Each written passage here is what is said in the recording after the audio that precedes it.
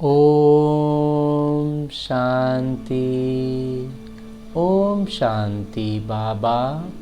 आज 23 अगस्त 2024 है और आज हम अध्ययन करने जा रहे हैं परमपिता परमात्मा के अनमोल मधुर महावाक्य मुरली को। इस मुरली की विशेषता ये है कि इसको बताने के लिए, इसे हमें सुनाने के लिए मेरे बाबा परमपिता परमात्मा परम धाम से आते हैं। तो क्या हम अपने इस देह भान से अलग होकर आत्माभिमानी स्थिति में स्थित होकर इस मुरली का अध्ययन नहीं कर सकते? कर सकते हैं ना? तो इस आत्माभिमानी स्थिति में स्थित होने के लिए सबसे ज़्यादा सुलभ होता है जब हम अपने स्वमान पर आ जाते हैं। तो आज के लिए जो हमारा स्वमान है वो है मैं सदा खुशनसीब आत्मा हूँ। बाबा का ये बहुत ही श्रेष्ठ स्वमान बाबा हमें देते हैं कि हम अपने आप में निरंतर खुशी में रहें। ये एक ऐसा स्वमान है जो सिर्फ न केवल हमारी खुशी को जागृत करके रखेगा बल्कि हमारी पूरी तरह से आत्म अभिमानी स्थिति में लाएगा, क्योंकि जब तक हम आत्म अभिमानी स्थिति में नहीं रहेंगे खुश नहीं रह सकते हैं ना। तो इसीलिए हम अब इस आत्म अभिमानी स्थिति में स्थित होकर खुश नसीब आत्मा हूँ इस आसन पर विराजमान रहकर इस स्वमान में टिक करके अध्ययन करते हैं मुरली। और इस आध्यात्मिक बाबा के ज्ञान का विशेषता ये है कि इसके 4 मुख्य स्तंभ हैं: ज्ञान, योग, धारणा और सेवा।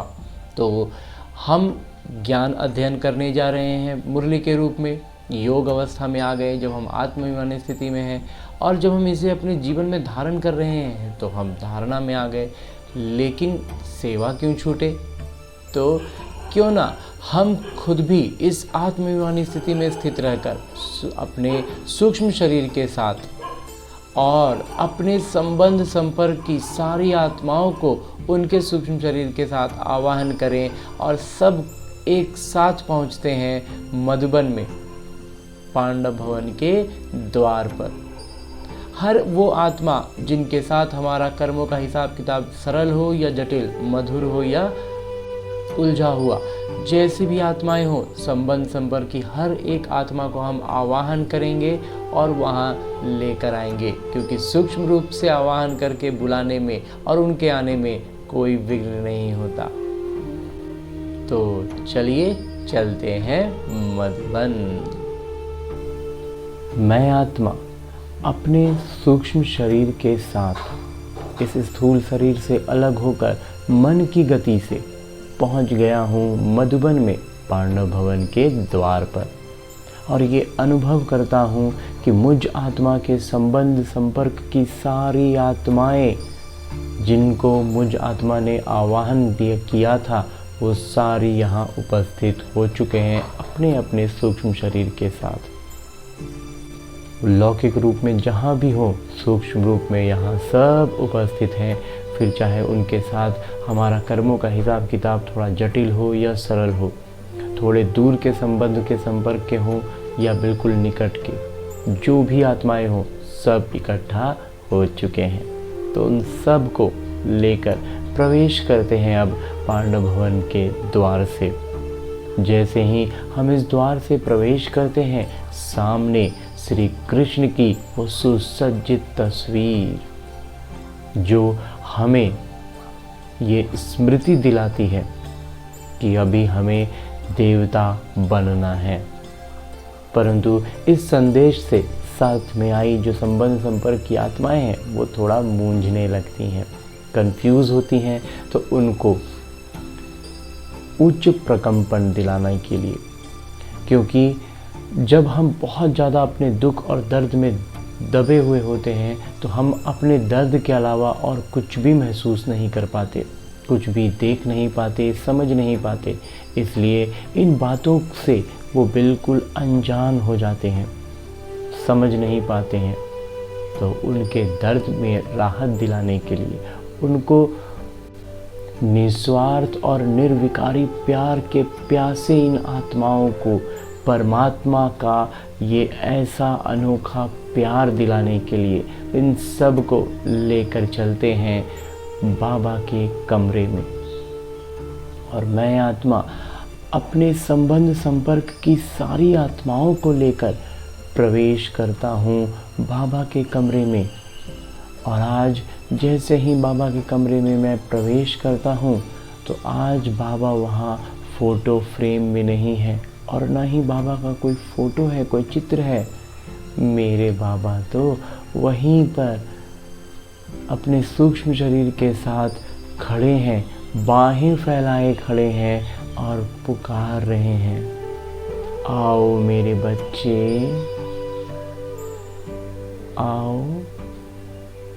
बड़ी देर लगा दी आने में। बाबा का इतना कहना और मैं आत्मा भाव विभोर होकर दौड़े दौड़े जाकर बाबा से लिपट जाता हूँ। मेरे बाबा मुझे इतना प्यार करते हैं, ऐसे गले लगाते हैं जो कभी कल्पना नहीं की थी कि भगवान मुझे ऐसे मिलेंगे जो मुझे अपने गले से लगा लेंगे।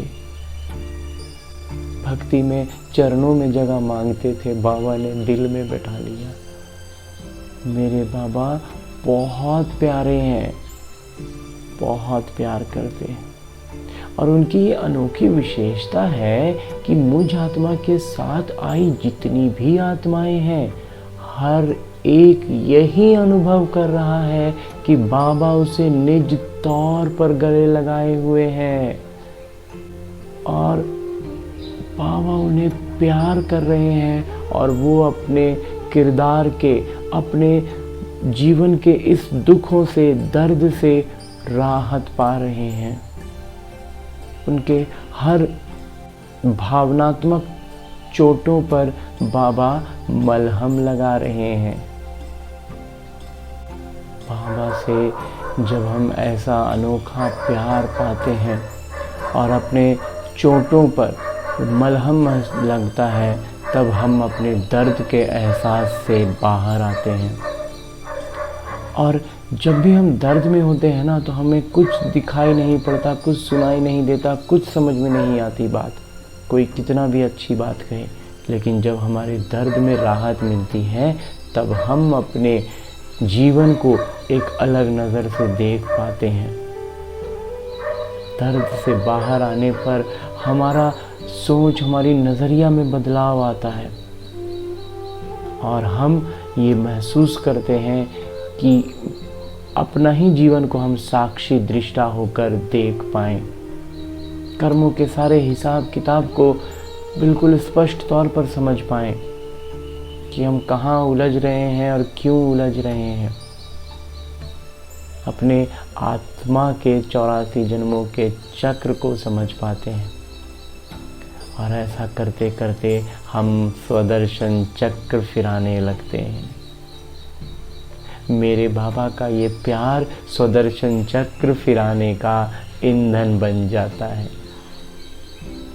बहुत प्यारे हैं मेरे बाबा। और ये इन बाबा के जब करीब आते हैं ना, तो सारे विकार विलुप्त हो जाते हैं। बाबा के सम्मुख वो पांडव भवन के द्वार के बाहर ही छूटे तो जो डर, एक ऐसा विकार होता है ना जो सबसे भीतर तक घुसा हुआ रहता है, वो भी निकल जाता है। किसी बात से, किसी बात का कोई डर नहीं रहता। भगवान के साथ हम खड़े हैं। अब हमें, मेरे भीतर कोई विकार टिक ही नहीं सकता। और जब ऐसे ही परमात्मा प्यार में लवलीन रहते हैं, लेकिन स्वदर्शन चक्र फिराने में, या जब हम वापस अपने लौकिक स्थूल शरीर में वापस आते हैं, अपने दिनचर्या में चलते हैं, तो हम फिर कहीं कहीं मूंझते हैं, फंसते हैं। उसके लिए मेरे बाबा शिक्षक रूप में अपनी कुटिया में विराजमान रहते हैं और हम बच्चों के लिए ही अपने दिल की हर बात बताते हैं बाबा, हमें आगे के लिए सावधान करते हैं, युक्तियाँ बतलाते हैं, विधि बतलाते हैं कि कैसे हम इन विघ्नों से, माया के रूपों को कैसे पहचान सकें। तो अपने जीवन में आने वाली किसी भी बाधा विघ्न के लिए, कहीं भी अगर हम उलझ रहे हैं तो उस उलझन से निकलने के लिए चलते हैं अब बाबा के कमरे से निकलकर बाबा की कुटिया की ओर।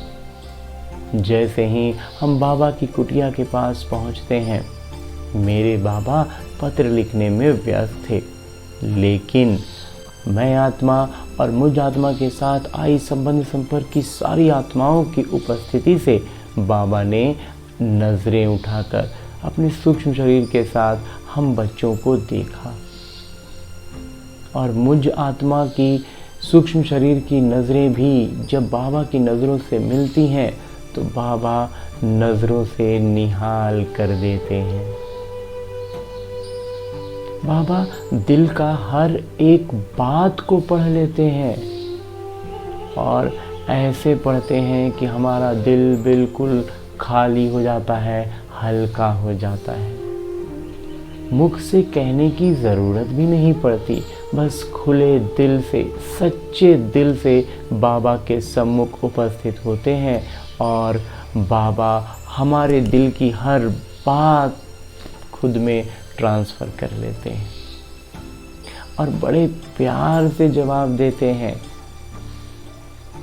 मीठे बच्चे, तुम्हारे दिल की बात और अपने दिल की बात मैंने मुरली के रूप में तुम्हें दे दी है। हाँ जी बाबा, और अब इस मुरली का अध्ययन करने के लिए चलो चलें हिस्ट्री हॉल, क्योंकि सारी आत्माएं बड़े इत्मीनान से मम्मा के संग में, मम्मा के सम्मुख पढ़ना। हाँ जी बाबा, ऐसा कहकर बाबा मेरा हाथ पकड़ लेते हैं और मुझे अपने साथ लेकर चलते हैं हिस्ट्री हॉल की तरफ। बाबा का ये अनोखा अनूठा प्यार और उनकी अनोखी विशेषता कि मुझ आत्मा के साथ आई सारी संबंध संपर्क की आत्माएं भी यही अनुभव कर रही हैं कि बाबा ने निज तौर पर उनका हाथ पकड़ा है, भगवान ने उनका हाथ थामा है। और लौकिक रीति में भी अगर वो कहीं इधर उधर भटक रहे हो तो वो उनको भगवान का जब हाथ मिलेगा, साथ मिलेगा, हमारा साकाश मिलेगा, तो वो बाबा की श्रीमत पर चलेंगे। और ऐसे शुभ भावनाओं से भरपूर होते हुए पहुंच जाते हैं अब हम हिस्ट्री हॉल में। हिस्ट्री हॉल में हम जैसे ही प्रवेश करते हैं, मम्मा वीणा बजा रही हैं। बहुत ही मधुर मम्मा की इस वीणा की धुन में पवित्रता के प्रकंपन चारों ओर ऐसे फैल रहे हैं कि हर आत्मा अपने पवित्रता के स्वधर्म की स्मृति में आ रही है। एक तरफ मम्मा विराजमान थी, दूसरी तरफ बाबा विराजमान होते हैं, और उन दोनों के सम्मुख मैं आत्मा और मुझ आत्मा के साथ आई संबंध संपर्क की सारी आत्माएं विराजमान हो जाते हैं। और अब मम्मा के वीणा की इस धुन में हम सभी आत्माएं अपने पवित्रता के प्रकंपनों को सक्रिय अनुभव करते हुए परमात्मा प्यार में, असीम शांति के अनुभव में लवलीन हो जाते हैं। और अब अध्ययन करते हैं मुरली। बाबा ने कहा, मीठे बच्चे, दुख हरता सुख करता पिता को याद करो तो तुम्हारे सब दुख दूर हो जाएंगे, अंतमति सोगति हो जाएगी। बाबा की याद में निरंतर रहेंगे तो अंत में भी रह पाएंगे, और अंत में जैसी मति वैसी गति बाबा कहते हैं हो जाएगी। आगे प्रश्न रूप में बाबा कहते हैं कि बाबा ने तुम बच्चों को चलते फिरते याद में रहने का निर्देश क्यों दिया है? उत्तर बतलाते हैं मेरे बाबा, क्योंकि याद से ही जन्म जन्मांतर के पापों का बोझा उतरेगा, पहली बात। दूसरी बाबा कहते हैं कि याद से ही आत्मा सतोप्रधान बनेगी। तीसरी बाबा कहते हैं कि अभी से याद में रहने का अभ्यास होगा तो अंत समय में एक बाबा की याद में रह सकेंगे। नहीं तो हे भगवान करेंगे, लेकिन याद वास्तव में नहीं रह पाएगी बात, क्योंकि आदत नहीं रहेगी। इसलिए बाबा आदत डालने कह रहे हैं। अंत के लिए ही गायन है, अंत काल जो स्त्री सिमरे। अंत में जो याद रह गया उसी तरफ चले जाएंगे। चौथा बाबा कहते हैं कि बाबा को याद करने से 21 जन्मों का सुख सामने आ जाता है, एकदम निकट आ जाता है। बाबा जैसी मीठी चीज़ दुनिया में कुछ नहीं है, कुछ नहीं है बाबा। इसलिए बाबा का निर्देश है, बच्चे चलते फिरते मुझे ही याद करो। हाँ जी बाबा। ओम शांति। किसकी याद में बैठे हो? मेरे बाबा की याद में। ये है प्यारे ते प्यारे संबंध एक के साथ, जो सबको दुखों से छुड़ाने वाले हैं। बाबा बच्चों को देखते हैं तो सब पाप कट जाते हैं, आत्मा सतो प्रधान तरफ जा रही है। दुख तो अथाह है ना, गाते भी हैं दुख हरता सुख करता। अब बाबा तुमको सच सच सब दुखों से छुड़ाने आए हैं। स्वर्ग में दुख का नाम निशान नहीं होता, ऐसे पिता को याद करना बहुत ज़रूरी है। बाबा का बच्चों के प्रति प्यार होता है ना, ये तो तुम जानते हो। बाबा का किन किन बच्चों पर प्यार है? बच्चों को समझाया है, अपने को आत्मा समझो, देह नहीं समझो। जो अच्छे रत्न हैं वो बाबा को चलते फिरते याद करते हैं।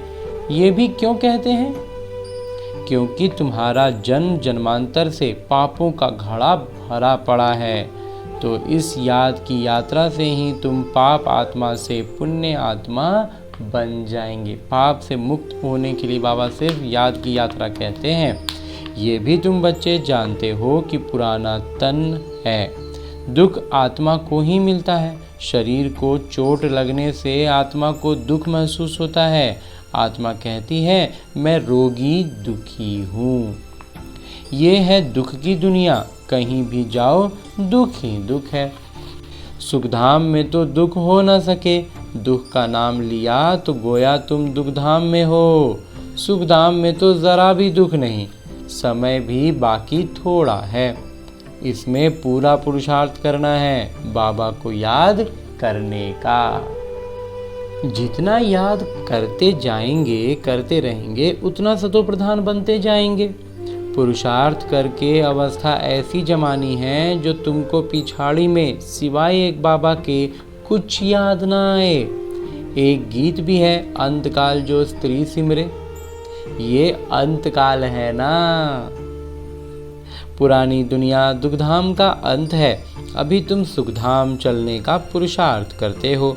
तुम शूद्र से ब्राह्मण बने हो, ये तो याद रहना चाहिए ना।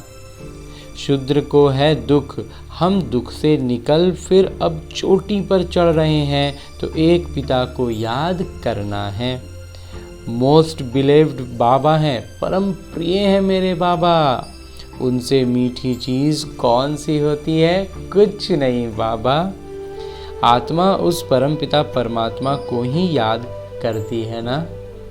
सब आत्माओं के पिता हैं, उनसे मीठी इस दुनिया में कोई चीज़ हो ना सके। इतने सब ढेर बच्चे हैं, कितने में याद आते होंगे? एक क्षण में। अच्छा, सारे सृष्टि का चक्र कैसे फिरता है? वो भी तुम बच्चों की बुद्धि में अर्थ सहित है। जैसे कोई ड्रामा देखकर आते हैं, कोई पूछेंगे ड्रामा याद है?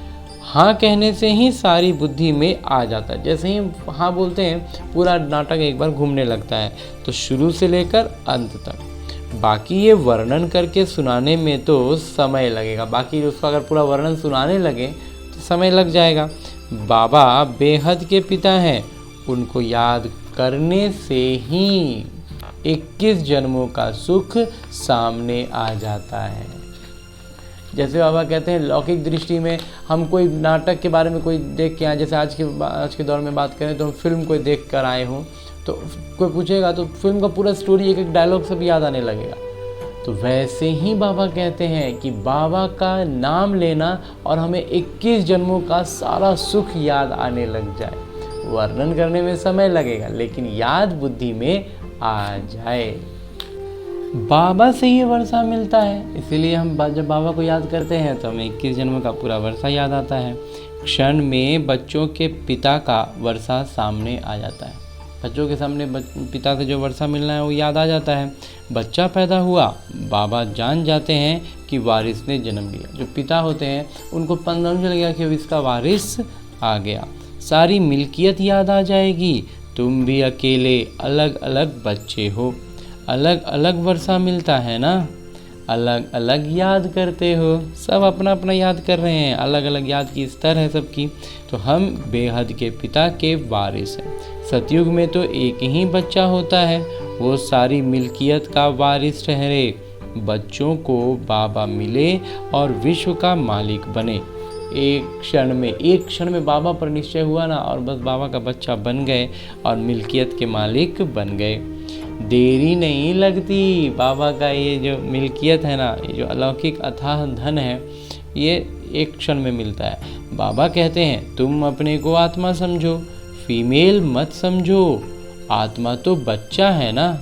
बाबा कहते हैं हमें सब बच्चे याद पड़ते हैं, जितने बच्चे सब याद पड़ते हैं। आत्मा सब भाई भाई है। जो भी सब धर्म वाले आते हैं वो कहते सब धर्म वाले भाई भाई हैं, परंतु समझते नहीं हैं। भाई कैसे हो ये नहीं समझते हैं।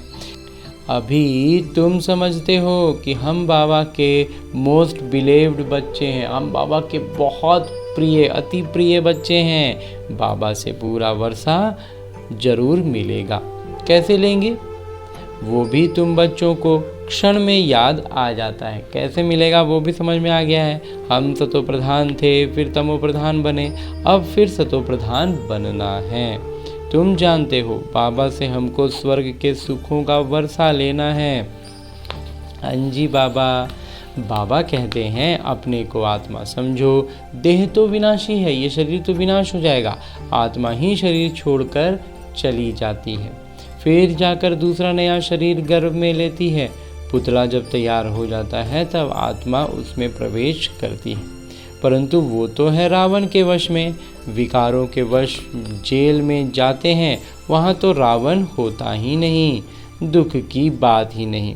जब बूढ़े होते हैं तब मालूम पड़ता है कि अभी ये शरीर छोड़ हम दूसरे शरीर में जाकर प्रवेश करेंगे। उस समय ये सब बातें एकदम सरलता से ध्यान पता चल जाती हैं, महसूस हो जाती हैं। वहाँ तो डर की कोई बात ही नहीं रहती। यहाँ तो कितना डरते हैं, वहाँ निडर होते हैं। बाबा तुम बच्चों को अपार सुखों में ले जाते हैं। सतयुग में अपार सुख है, कलयुग में अपार दुख है, इसलिए इसे कहते ही हैं दुख धाम। बाबा तो कोई तकलीफ नहीं देते हैं। भर गृहस्थ व्यवहार में रहो, बच्चों को संभालो, सिर्फ बाबा को याद करो। गुरु गोसाई सबको छोड़ो, मैं तो सब गुरुओं से बड़ा हूँ ना। परम पिता तो सब गुरु सबसे तो बहुत बड़े हैं। वो सब मेरी रचना है, सिवाय मेरे और कोई को पतित पावन नहीं कहेंगे। क्या ब्रह्मा विष्णु शंकर को पतित पावन कहेंगे? नहीं। तो देवताओं को भी नहीं कह सकते सिवाय मेरे। अभी तुम बच्चे गंगा को पतित पावनी कहेंगे? नहीं बाबा, ये पानी की नदियाँ तो सदैव बहती हैं। गंगा ब्रह्मपुत्र आदि भी तो चली आती हैं, इनमें तो स्नान करते ही रहते हैं। बरसात पड़ती है तो बाढ़ आ जाती है, ये भी बहुत दुख हुआ ना। अथाह दुख है। बाढ़ में देखो कितने मनुष्य मर गए। सतयुग में दुख की बात नहीं, जानवरों को भी दुख नहीं होता, उनकी भी अकाल मृत्यु होते नहीं। ये सब नाटक में ऐसे ही बना हुआ है। भक्ति में गाते हैं बाबा आप जब आएंगे तो आपके ही बनेंगे, आते तो है ना। दुखधाम के अंत में और सुखधाम की आदि के बीच में ही आएंगे, परंतु ये किसी को पता नहीं। सृष्टि की आयु कितनी होती है ये भी नहीं जानते। बाबा कितना सहज बतलाते हैं। पहले तुम जानते थे क्या कि सृष्टि की आयु 5000 वर्ष है? वो तो लाखों वर्ष कह देते हैं। अभी बाबा ने समझाया है 1250 वर्ष का हर युग होता है। स्वास्तिका में पूरे 4 भाग दिखलाते हैं, ज़रा भी फर्क नहीं होता। विवेक भी कहता है एक्यूरेट हिसाब होना चाहिए, एकदम सटीक हिसाब, सीधा एकदम सटीक। तो पूरी में भी चावल का हंडा चढ़ाते हैं तो पूरे 4 हिस्से आप ही हो जाते हैं, ऐसे युक्ति बनाई हुई है। वहाँ चावल बहुत खाते हैं, जगन्नाथ कहो व श्रीनाथ कहो, बात एक ही है, दोनों को काला ही दिखाते हैं। श्रीनाथ के मंदिर में घी के भंडार होते हैं, सब घी की तली हुई अच्छी अच्छी चीज़ें मिलती हैं। बाहर में दुकान लग जाते हैं, कितना भोग लगता होगा। सब यात्री जाकर दुकानदारों से लेते हैं। जगन्नाथ में फिर चावल ही चावल होते हैं, वो जगन्नाथ वो श्रीनाथ सुखधाम और दुखधाम को दिखाते हैं। श्रीनाथ सुखधाम का था और वो दुखधाम का। काले तो इस समय बन गए हैं कामचिता पर चढ़कर, मतलब श्रीनाथ में सिर्फ घी और घी का मिठाई ही मिलेगा, तो वहाँ पर सुखधाम का वो प्रतीक कर बता रहे हैं। और जो जगन्नाथ हुए वहाँ सिर्फ भात ही भात मिलता है, तो वहाँ दुख ही दुख का बाबा बतलाते हैं। दोनों हैं, लेकिन दोनों अभी फ़िलहाल काले हो गए हैं कामचिता पर चढ़कर। जगन्नाथ को सिर्फ चावल का भोग लगाते हैं, इनको गरीब उनको साहूकार दिखाते हैं। जगन्नाथ भगवान को गरीबों का वो दिखाते हैं और उनको अमीरों का श्रीनाथ को। तो ज्ञान के सागर एक पिता ही हैं। भक्ति को कहा जाता है अज्ञान, उनसे कुछ मिलता नहीं। वहाँ सिर्फ गुरु लोगों को आमदनी बहुत होती है। होशियार होगा उनसे कोई सीखेगा, जो वो कहेंगे ये हमारे गुरु हैं, उसने हमको ये सिखाया है। वो सब जिस्मानी हैं, जन्म लेने वाले, वो सब शरीर से जन्म लेने वाले हैं, तो वो क्या सिखलाएंगे। अभी तुम्हारे साथ कौन है? विचित्र पिता। वो कहते हैं ये मेरा शरीर नहीं है, ये तुम्हारे इस दादा का शरीर है जिसने पूरे 84 जन्म लिए हैं। इनको बहुत जन्मों के अंत में मैं इसमें प्रवेश होता हूँ, तुमको सुखधाम ले जाने। इसको गौमुख भी कह देते हैं। गौमुख पर कितना दूर दूर से आते हैं। यहाँ भी गौमुख है, पहाड़ी से पानी तो जरूर उतरेगा। कुएं में भी रोज़ रोज़ पानी पहाड़ से आता है, वो कभी बंद नहीं होता, पानी आता ही रहता है। कहीं से भी नाला निकला तो उसको गंगा जल कह देंगे। कहीं भी धरती में कहीं से भी पानी अगर निकल गया तो उसको फिर गंगा जल कह देते हैं। वहाँ जाकर स्नान करते हैं, गंगा जल समझते हैं, लेकिन पतित से पावन इस पानी से थोड़े ही बनेंगे। बाबा कहते हैं पतित पावन मैं ही हूँ, हे आत्माएं मामेकम याद करो। देह सहित देह के सब संबंध छोड़ अपने को आत्मा समझकर मुझे याद करो, तो तुम्हारे जन्म जन्मांतर के पाप भस्म हो जाएं। बाबा तुमको जन्म जन्मांतर के पापों से छुड़ाते हैं। इस समय तो दुनिया में सभी पाप करते रहते हैं, कर्म भोग है ना। पहले के जन्मों में पाप किया है, 63 जन्मों का हिसाब किताब है। थोड़ी थोड़ी कला कम होती जाती है, जैसे चंद्रमा की कलाएं कम होती हैं ना। ये फिर है बेहद की दिन और रात। अभी सारी दुनिया पर, उसमें भी खास भारत पर राहु की दशा बैठी हुई है, राहु का ग्रहण लगा हुआ है। अभी तुम बच्चे श्याम से सुंदर बन रहे हो, इसलिए श्री कृष्ण को भी श्याम सुंदर कहते हैं। सचमुच काला बना देते हैं। काम चिता पर चढ़े हैं तो निशानी दिखा दी है। परंतु मनुष्यों की कुछ बुद्धि में चलती नहीं। एक सांवरा दूसरा गोरा कर देते हैं। अभी तुम गोरा बनने का पुरुषार्थ कर रहे हो, सतो प्रधान बनने का पुरुषार्थ करेंगे तब तो बनेंगे ना। इसमें तकलीफ की कोई बात नहीं। ये ज्ञान अभी तुम सुनते हो, फिर प्रायः लोप हो जाता है। भल गीता पढ़कर सुनाएंगे, परंतु ये ज्ञान तो सुना ना सके। वो हुआ भक्ति मार्ग के लिए पुस्तक। ये ज्ञान तो कोई सुना ही नहीं सकता। वो गीता पढ़कर भले सुना देंगे तो वो क्या हो गया? बाबा कहते वो भक्ति का एक वो पुस्तक हो गया। भक्ति मार्ग के लिए तो ढेर सामग्री है, ढेर शास्त्र है। कोई क्या पढ़ते, कोई क्या करते। राम के मंदिर में भी जाते हैं, राम को भी काला कर दिया। विचार करना चाहिए कि काला क्यों बनाते हैं। काली कलकत्ते वाली भी है। माँ माँ कह हैरान होते हैं। सबसे काली वो है और बहुत भयानक दिखाते हैं। उनको फिर माता कहते हैं। तुम्हारे में ये ज्ञान बाण, ज्ञान कटारी आदि हैं, तो उन्होंने फिर हथियार दे दिए हैं। वास्तव में काली पर पहले मनुष्यों की बलि चढ़ाते थे, अभी सरकार ने बंद कर दिया है। पहले सिंध में देवी का मंदिर नहीं था।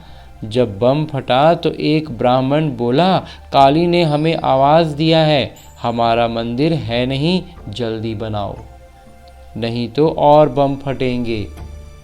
बस ढेर पैसे इकट्ठे हो गए, मंदिर बन गया। अभी देखो ढेर मंदिर हैं, कितना जगह भटकते हैं। बाबा तुमको इन सब बातों से छुड़ाने के लिए समझाते हैं कि किसी की ग्लानि नहीं करते। बाबा किसी की निंदा नहीं कर रहे हैं, हमें समझ देने के लिए बाबा ये सब बातें बतलाते हैं। बाबा नाटक समझाते हैं, ये सृष्टि चक्र कैसे बना हुआ है। जो कुछ तुमने देखा वो फिर होगा, जो चीज़ नहीं है वो बनती है। तुम समझ गए हो, हमारा राज्य था वो हमने गंवाया है। अब फिर बाबा कहते हैं, बच्चे नर से नारायण बनना है तो पुरुषार्थ करो। भक्ति मार्ग में तुम बहुत कथाएं सुनते आए हो। अमर कथा सुनी, फिर कोई अमर बने? अमर कथा सुनते तो हैं, फिर कोई बनते हैं? किसी को ज्ञान का तीसरा नेत्र मिला? ये बाबा बैठकर समझाते हैं। तो इनसे अपनी बुद्धि खोलनी है कि जब वो अमर कथा सुन के कोई अमर नहीं हुए, ज्ञान का तीसरा नेत्र नहीं मिला, तो फिर वो मतलब बेकार हो गया ना। ये सारी बातें बाबा ही बतला सकते हैं।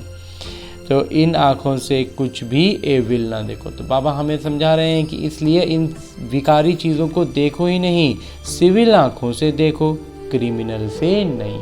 आँखों में निर्विकारी दृष्टि को ही बना लेनी है। तो जो बात भीतर जाएगी वो विकारी रूप में जाएगी ही नहीं, तो हमारे भीतर का विकार समाप्त होगा। इस पुरानी दुनिया को न देखो, ये तो समाप्त हो जानी है। बाबा कहते हैं, मीठे मीठे बच्चों, हम तुमको राज्य देकर जाते हैं 21 जन्मों के लिए। वहाँ और कोई का राज्य होता नहीं, दुख का नाम नहीं। तुम बड़े सुखी और धनवान होते हो, बहुत सुखी, बहुत धनवान रहेंगे। यहाँ तो मनुष्य कितना भूखे मरते रहते हैं। वहाँ तो सारे विश्व में तुम राज्य करते हो। कितनी थोड़ी ज़मीन चाहिए, छोटा बगीचा, फिर वृद्धि होते होते कलयुग अंत तक कितना बड़ा हो जाता है। और 5 विकारों की प्रवेशता के कारण वो कांटों का जंगल बन जाता है। बाबा कहते हैं, काम महाशत्रु है, इनसे तुम आदि मध्य अंत दुख पाते हो। ज्ञान और भक्ति को भी तुमने समझा है। विनाश सामने खड़ा है, इसलिए अब जल्दी जल्दी पुरुषार्थ करना है। अब विनाश एकदम निकट आ गया है, तो जल्दी जल्दी अपना पुरुषार्थ करके अंक बढ़ा लेने हैं। अभ्यास ऐसा कर लेना है कि अंत में जो एक अंतिम घड़ी आएगी उसमें एक क्षण में हम पास विद ऑनर हो सकें। तो अभ्यास करना ही बस हमारा जीवन का उद्देश्य रह जाता है। नहीं तो पाप भस्म नहीं होंगे। अभ्यास नहीं होगा तो पाप भस्म नहीं होंगे, याद में नहीं रहेंगे बाबा के। बाबा की याद से ही पाप कटेंगे। और अभ्यास करने के लिए कैसे होगा? बाबा का याद में ही होगा ना। तो बाबा की याद में रहेंगे तो पाप भी कटते जाएंगे। शुरुआत में आज बाबा ने 4 बिंदुएं बतला दी। पतित पावन एक पिता ही हैं। कल्प पहले जिन्होंने पुरुषार्थ किया है वो करके ही दिखाएंगे। ठंडे मत बनो। बाबा कहते हैं पुरुषार्थ करना है, इसलिए थोड़ा भी ठंडा मत पड़ जाओ, कह रहे जो होना होगा होगा नहीं। सिवाय एक बाबा के और कोई को याद न करो। सब दुख देने वाले हैं, जो सदा सुख देने वाले हैं उनको सदा याद रखो। इसमें गफलत नहीं करनी है। याद नहीं करेंगे तो पावन कैसे बनेंगे? इसलिए याद करते रहना एकदम अच्छे से। जो सदा सुख देते हैं उनको सदा याद रखो, जो दुख देने वाले हैं उनको बीच बीच में नहीं भी याद करेंगे तो चलेगा। अच्छा, मीठे मीठे सिकिलते बच्चों प्रति माता पिता बाबा का याद प्यार और आशीर्वाद। रूहानी बाबा की रूहानी बच्चों को नमस्ते। हम रूहानी बच्चों की ओर से रूहानी माता पिता को याद प्यार और प्रणाम। धन्यवाद बाबा, धन्यवाद। मुरली के लिए भी धन्यवाद और इस अनूठे अलौकिक ब्राह्मण जीवन के लिए भी बहुत बहुत बहुत धन्यवाद बाबा, बहुत धन्यवाद। आगे आज की मुरली से लिए गए वो प्रमुख बिंदु हैं जिन्हें हमें अपने ब्राह्मण जीवन में धारण करना है और ब्राह्मण सो देवता बनना है। उसमें सबसे पहले है कि इन आँखों से एविल बुरा नहीं देखना। कुछ भी बुरा जो हो वो उस पर देखना ही नहीं, उधर दृष्टि जाए ही नहीं हमारी। बाबा ने जो ज्ञान का तीसरा नेत्र दिया है उसे सिविल नेत्र से देखना है। बाबा का ये जो ज्ञान है, ज्ञान के जब ज्ञान आँखों में समा जाता है ना, तो हम हर किसी को दया की दृष्टि से, रहम की दृष्टि से, क्षमा की दृष्टि से देखते हैं। उनको देखते हैं वो मजबूर हैं, उसके रावण के प्रभाव में है, इस नज़र से देखेंगे तो वो विकार हमारे भीतर थोड़ी आएगा। तो सतो प्रधान बनने का पूरा पुरुषार्थ करना है और ऐसा करने से हमारा पुरुषार्थ भी सतो प्रधान होते जाता है, हमारी आत्मा सतो प्रधान होती जाती है। दूसरा है गृहस्थ व्यवहार को संभालते हुए प्यारी चीज़ बाबा को याद करना। सबसे प्यारे मेरे बाबा हैं तो उनको याद करना है। अवस्था ऐसी जमानी है जो अंत काल में एक पिता के सिवाय दूसरा कुछ भी याद ना आए। इतना सरल सुगम सी बात है कि जब बाबा की याद में अभ्यास करेंगे, हर बात में, हर घटना में, जीवन के हर कर्म में बाबा को याद करते रहेंगे तो आदत बन जाएगी बाबा की याद में रहने की। तब अंत में आसानी से बाबा की याद में रह जाएंगे, और नहीं तो लौकिक दुनिया की चीज़ों में जहाँ बुद्धि घुमाते रहे तो यहीं पर फंसे रह जाएंगे। और आगे मेरे बाबा वरदान दे रहे हैं। वरदान देते हुए मेरे बाबा कहते हैं, अपनी श्रेष्ठ वृत्ति द्वारा विश्व का वातावरण परिवर्तन करने वाले आधार मूर्त भव। आप बच्चे सिर्फ अपने जीवन के लिए आधार नहीं हो, लेकिन विश्व की सर्वात्माओं के आधार मूर्त हो। आपकी श्रेष्ठ वृत्ति से विश्व का वातावरण परिवर्तन हो रहा है। आपकी पवित्र दृष्टि से विश्व की आत्माएं और प्रकृति दोनों पवित्र बन रही हैं। दृष्टि से सृष्टि बदल रही है। आपके श्रेष्ठ कर्मों से श्रेष्ठाचारी दुनिया बन रही है। अभी जब आप इतनी बड़ी जिम्मेवारी के ताजधारी बनते हो तो भविष्य में ताज तख्त मिलता है। इतना बड़ा जिम्मेवारी को हम जब बखूबी निभाएंगे तो बाबा कहते हैं भविष्य में ताज तख्त सब मिलेगा। हाँ जी बाबा। और अंत में स्लोगन है, मुरली का उपदेश है, सर्वशक्तिवान पिता को अपना साथी बना लो तो कोई भी विघ्न आपको रोक नहीं सकता। बाबा साथी हैं तो बाबा के सामने कोई विकार टिक सकता है क्या? नहीं ना। तो हम बाबा के साथ हैं, बाबा के सामने कोई आएगा नहीं, विघ्न हमें रोक सकेगा नहीं। हाँ जी बाबा। और अब परमपिता परमात्मा के सानिध्य में मम्मा के सम्मुख इस उच्च प्रकंपनों के बीच हमने आत्माभिमानी स्थिति में रहकर मुरली का अध्ययन किया और अब हिस्ट्री हॉल से निकलकर चलते हैं शांति स्तंभ के पास, जहां हमने ये ज्ञान मुरली की बातों को सुना है। इसे धारण करने की शक्तियां बाबा न्योछावर करते हैं।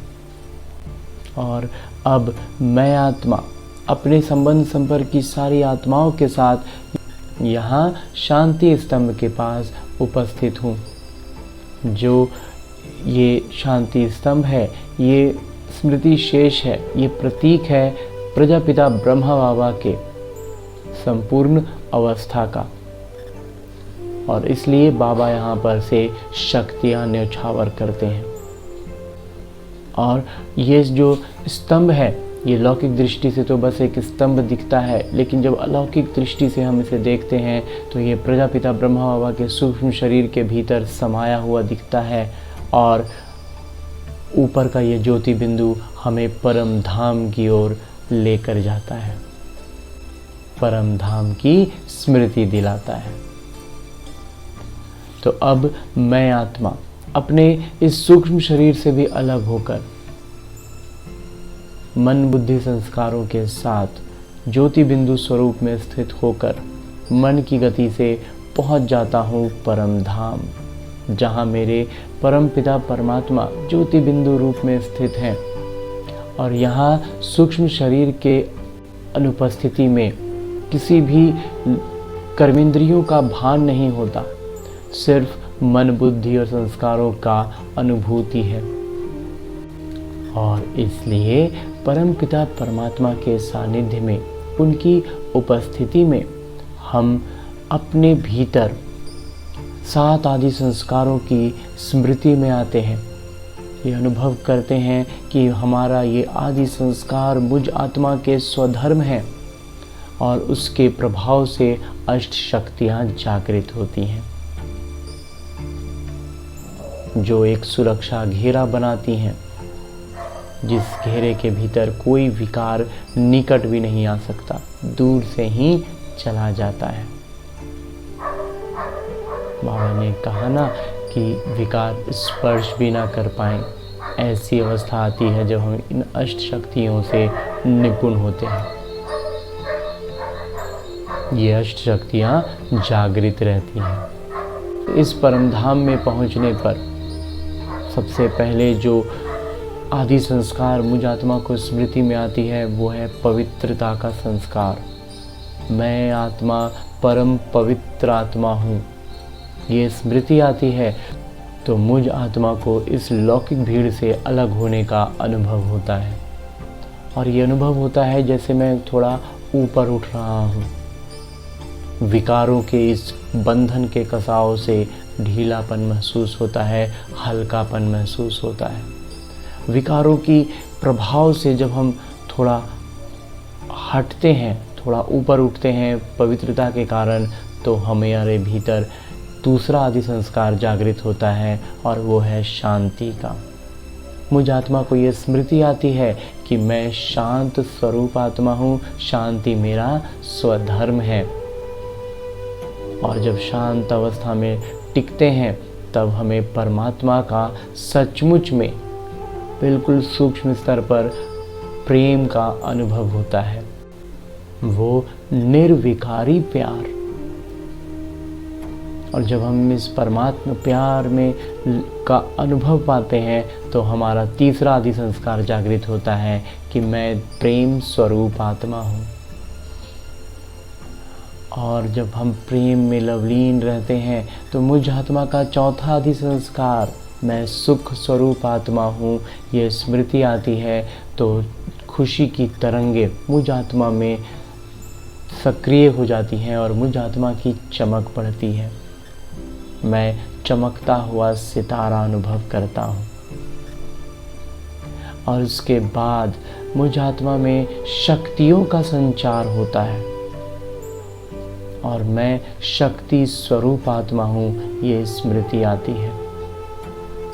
मेरा 5वां आदि संस्कार। और ये शक्तियाँ भी एक क्रम में सजी हुई मिलती हैं। सबसे पहले सहन शक्ति, जब ज्ञान की गूढ़ बातों को ज़्यादा नहीं समझ पाते हैं बस बाबा है ये निश्चय हुआ, मैं बाबा का और बाबा मेरा, इतना हुआ। और बस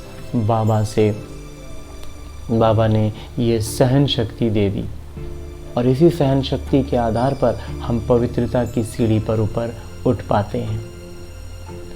फिर जब शांति अवस्था में आते हैं तब हमें परखने की शक्ति आती है, निर्णय करने की शक्ति आती है।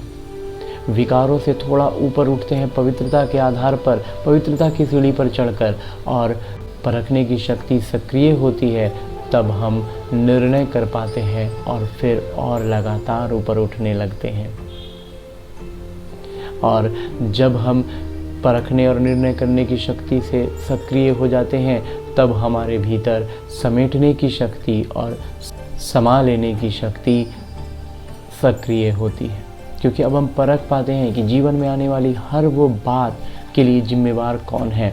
मुझ आत्मा के संस्कार जो रावण के प्रभाव में 63 जन्मों में बने हैं, या फिर मुझ आत्मा के संबंध संपर्क में आने वाली वो आत्माएं जिनके वो संस्कार 63 जन्मों में बने हैं रावण के प्रभाव में।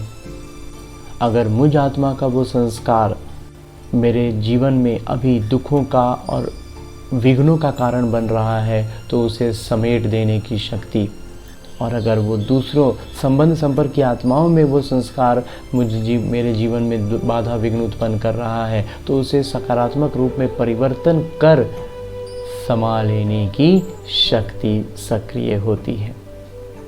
इसके बाद जागृत होता है मुझ आत्मा में संकीर्णता की शक्ति।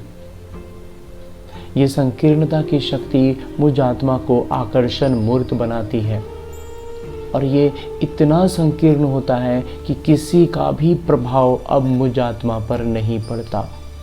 फिर चाहे वो विज्ञान का कोई साधन हो, किसी संबंध संपर्क की आत्माओं का अच्छा या बुरा प्रभाव हो, किसी के प्रति कोई आकर्षण होने के लिए एक द्रव्य का होना, एक मान का होना जरूरी होता है, और ये संकीर्णता की शक्ति इतना संकीर्ण बना देता है कि कुछ रहता ही नहीं जिसको कोई भी चीज़ आकर्षित करे, प्रभावित करे। लेकिन मैं आत्मा स्वयं में आकर्षण मूर्त हूँ, खुशी की तरंगों से चमकता सितारा हूँ। और इन 6 शक्तियों की जागृति के बाद 7वीं शक्ति है सहयोग की शक्ति। यूँ तो सहयोग का गुण हमारे भीतर पहले से है, पहले दिन से, या जब हम ज्ञान में नहीं थे तभी भी। जब हम कुछ भी अच्छा सुनते हैं, जानते हैं, तो हम अपने संबंध संपर्क की आत्माओं को उसमें जोड़ने की कोशिश करते हैं, उनको बताने की कोशिश करते हैं, परंतु वो होता है ऊपर ऊपर का सहयोग, एक साधारण रीति का सहयोग। वास्तव में जब कोई इस दुखों की बाढ़ में बह रहा हो ना, तो उसे बाहर खींचने के लिए हमें इन 6 शक्तियों से निपुण होना होगा। तब हम किसी को बाढ़ में बहते हुए हम खींच पाएंगे। लौकिक रीति से अगर एक उदाहरण से देखें तो जब कोई बाढ़ में बह रहा हो तो सिर्फ हम खुद भी उसके पास जा कर के उसे खींचेंगे तो हम ही खींचे चले जाएंगे, वो तो बहेगा ही, हम भी बह जाएंगे।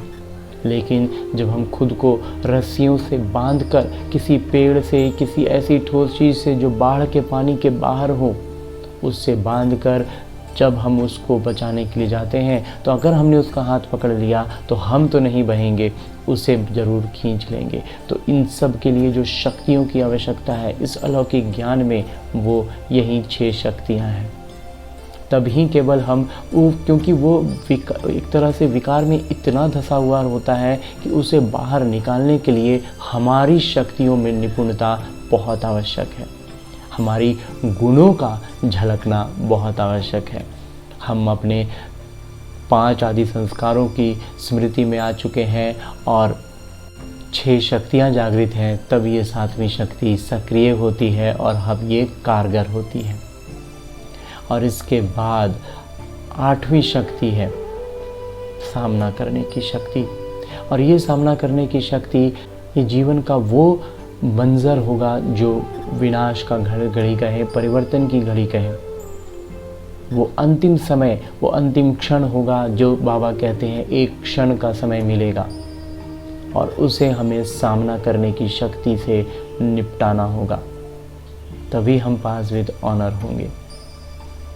तो इसके लिए भी बाबा ने एक दिन मुरली में कहा था कि वो अंतिम क्षण में जो जिस स्थान पर रहेगा उसी वक्त अगर विनाश आ गया तो फिर वहीं आखिरी तस्वीर छप जाएगी और उसी के अनुसार पद मिलेंगे। फिर कोई कितना भी कहता रह जाए कि नहीं हम तो ऐसे करते थे, हम तो ऐसे करते थे, बस एक क्षण के लिए हमने ये काम करना छोड़ा था, हम तख्त से उठे थे, लेकिन जो छप गया सो छप गया।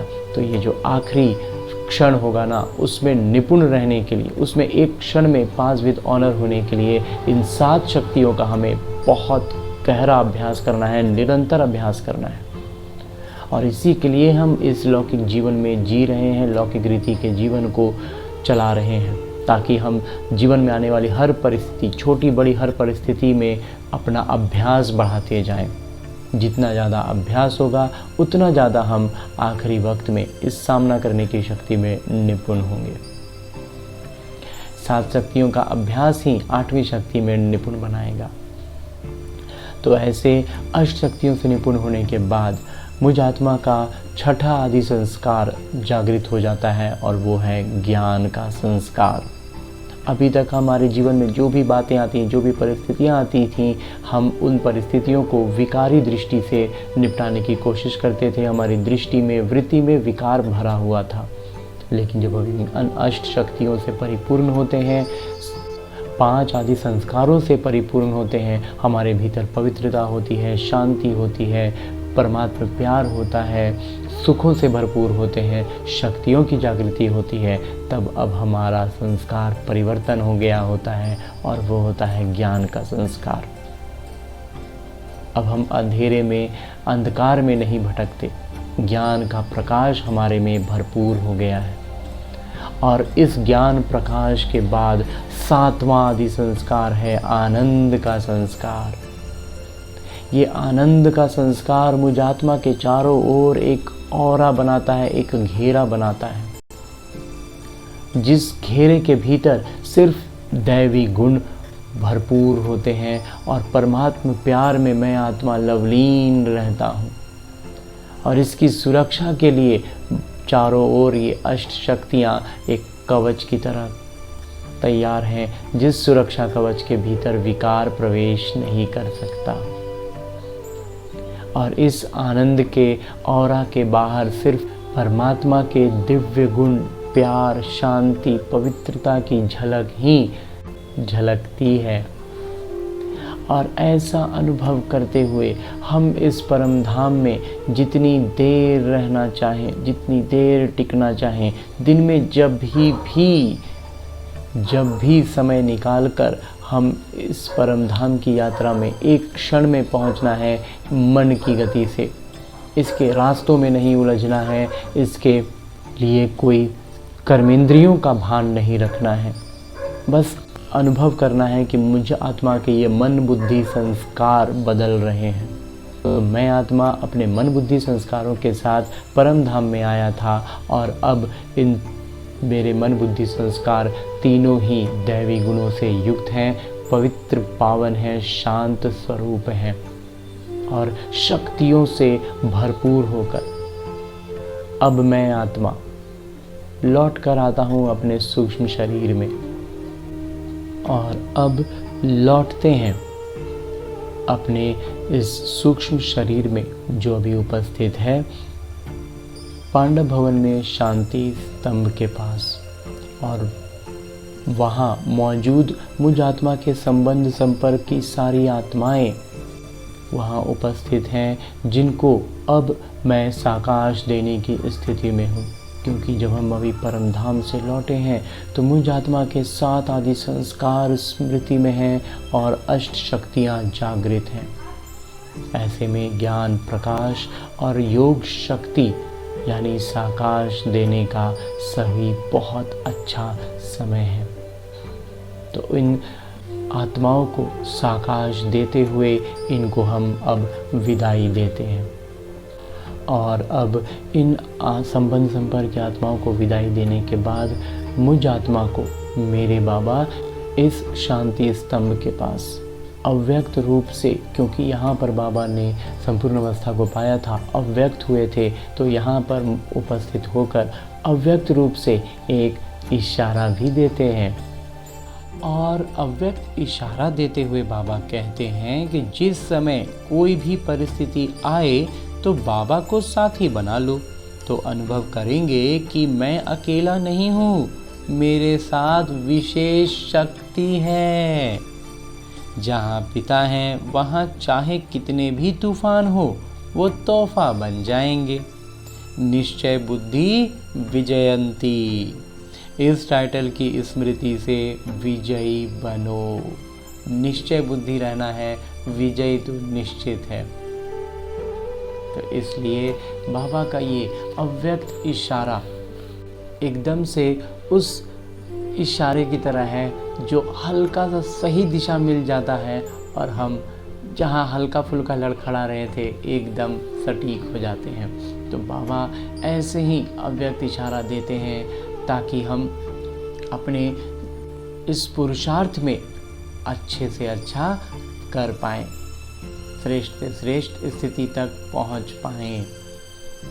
तो अब इस अव्यक्त इशारा को पाने के बाद अब समय है विदाई का।